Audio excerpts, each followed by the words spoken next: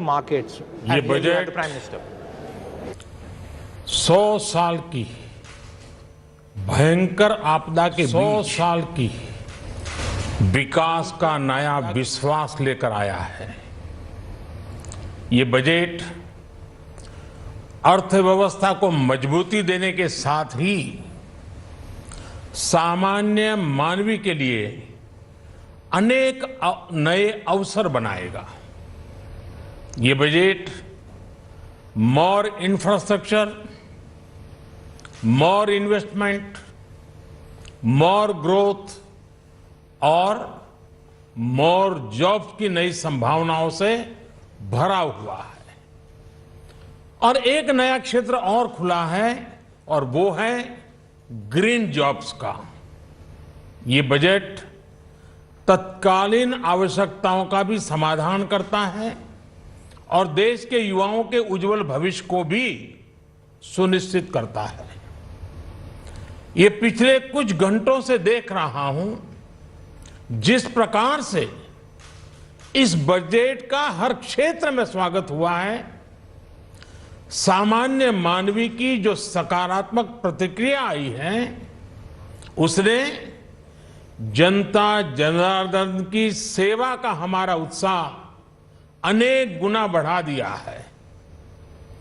जीवन के हर क्षेत्र में आधुनिकता आए, टेक्नोलॉजी आए, जैसे किसान ड्रोन हो, वंदे भारत ट्रेन हो, डिजिटल करेंसी हो, बैंकिंग के क्षेत्र में डिजिटल यूनिट्स हो, 5G सर्विसेज का रोल आउट हो, नेशनल हेल्थ के लिए डिजिटल इकोसिस्टम हो। इनका लाभ हमारे युवा, हमारे मध्यम वर्ग, गरीब, दलित, पिछड़े, ये सभी वर्गों को मिलेगा। इस बजट का एक महत्वपूर्ण पहलू है गरीब का कल्याण। हर गरीब के पास पक्का घर हो, नल से जल आता हो, उसके पास शौचालय हो, गैस की सुविधा हो, इन सभी पर विशेष ध्यान दिया गया है। इसके साथ ही आधुनिक इंटरनेट कनेक्टिविटी पर भी उतना ही जोर है। जो भारत के पहाड़ी क्षेत्र हैं, हिमालय का पूरा पट्टा, जहां जीवन आसान बने, वहां से पलायन ना हो, इसे ध्यान में रखते हुए भी नई घोषणा की गई है। हिमाचल, उत्तराखंड, जम्मू कश्मीर, नॉर्थ ईस्ट ऐसे क्षेत्रों के लिए पहली बार देश में पर्वतमाला योजना शुरू की जा रही है। ये योजना पहाड़ों पर ट्रांसपोर्टेशन और कनेक्टिविटी की आधुनिक व्यवस्था का निर्माण करेगी और इससे हमारे देश के जो सीमावर्ती गांव है, बॉर्डर के गांव है, जिसका वाइब्रेंट होना जरूरी है, जो देश की सिक्योरिटी के लिए भी आवश्यकता है, उसको भी बहुत बड़ी ताकत मिलेगी। भारत के कोटि कोटि जनों की आस्था मां गंगा की सफाई के साथ साथ किसानों के कल्याण के लिए एक महत्वपूर्ण कदम उठाया गया है।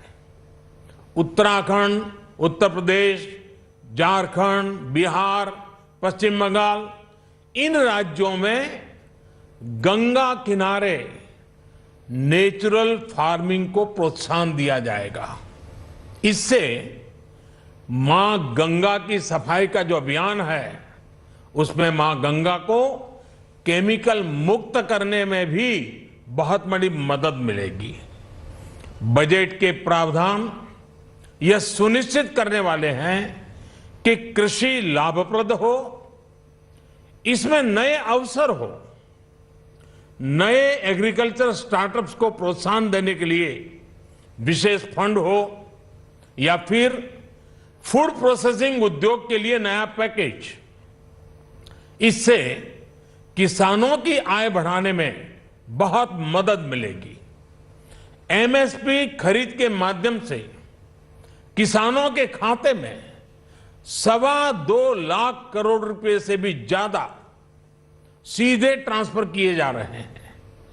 कोरोना काल में एमएसएमई यानी हमारे छोटे उद्योगों की मदद और उनकी सुरक्षा के लिए देश ने लगातार अनेक निर्णय लिए थे, अनेक प्रकार की मदद पहुंचाई थी।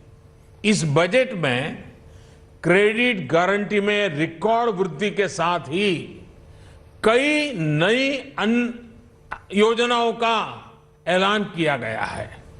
डिफेंस के कैपिटल बजट का 68% डोमेस्टिक इंडस्ट्री को रिजर्व करने का भी बड़ा लाभ भारत के एमएसएमई सेक्टर को मिलेगा।